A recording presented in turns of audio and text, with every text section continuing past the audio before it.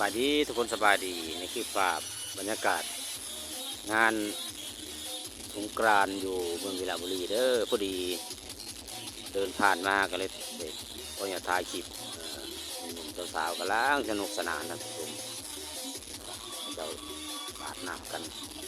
อยู่ถนนใจกลางเมืองวิลาบุรีเนาะเราลนเรากันไปเดินยางมาพอดีเห็นกระเจ้ากำลังซุ่มแซวกำลังเล่นกันอย่างสนุกสนานก็เลยคนเนี่ยมาถ่ายคลิปเก็บเอาภาพบรรยากาศบุญสงกรานต์ปีนี้ก็สันซาซึ่งปีเละปีตะลิดที่ว่าเราหนุ่มลาวได้มาเมืองวิลาเนาะได้ภาพบรรยากาศที่ได้ชมกันเนาะของกัชินีประมาณนี้เนาะจะดูกันต่อไปมีผ่านไปในมุมกันนี้ติดตามกันได้ติดตามกันไปสาวนี่สนุกสนานมากเลยทุกคนเลยมากับพอดีมาถ่ายรูปซื้อตอนแรกน้องบัติมาเขาเนี่ยอัพพอดีมีเจ้าของบ้านพอดีเรียกเข้าไปแล้วกับมาประสานเป็นกันเองกันนะพี่น้องพระเจ้าอาจจะพูดหนาตากล้องหรือว่าพูดหนาเจ้าของส่งกับพ่อหูเนาะแต่ว่าอันนี้ก็มาโดยความบังเอิญเนาะโมเมนต์ว่าตูดได้พี่น้องมาถ่ายคลิปเป็นก็เลยสักชวนเขาไปดื่มน้ำไปโซนแก้วน้ำพื้นวัสันซา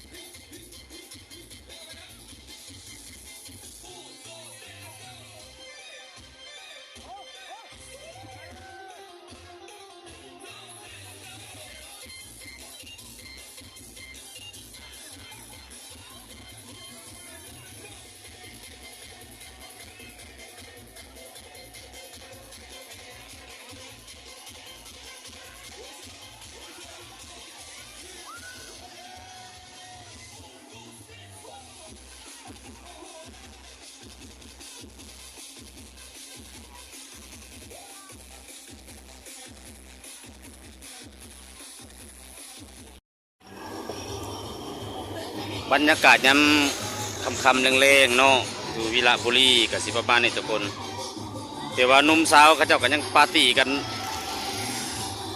ก็คืนวันธรรมดาแต่ละกลุ่มมันกลุ่มนี้จะเป็นกลุ่มมันวัยรุ่นเนาะสุดยอดเลยทุกคนในบรรยากาศสุดยอดเลยแต่พอไว้แหละเอาครบแล้วไปใส่พุ่นเลยวู้เปียกโอ้เท่เลยประคันจะว่าเมื่อเด้อโอ้เจอแก่งไงเขาเจ้าเสร็จแล้วเอาขนมน้ำลุงร้อนก่อนอย่าพาเมื่อได้ด้วยป่ะนี่ลุงร้อนเปียกแล้วนี่ไปใส่น่ะไปใส่เนาะเป็นหยังทั้งน่ะจะตั้งจวยไว้ทั้งน่ะซิปตี้เอาใช่ไหมขนมน่ะลูกร้อนเสียเอาให้น่ะเลือกเอาใช่ไหมบอกไปเนี่ยไรเขาเจ้าดึงเขาไปหาหนูเปียกเลยเนี่ยไปแ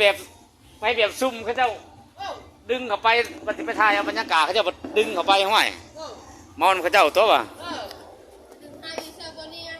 ผู้กุ่มตัวหนึ่งหันจะเคลื่อนไปข่อยกับจักเล่า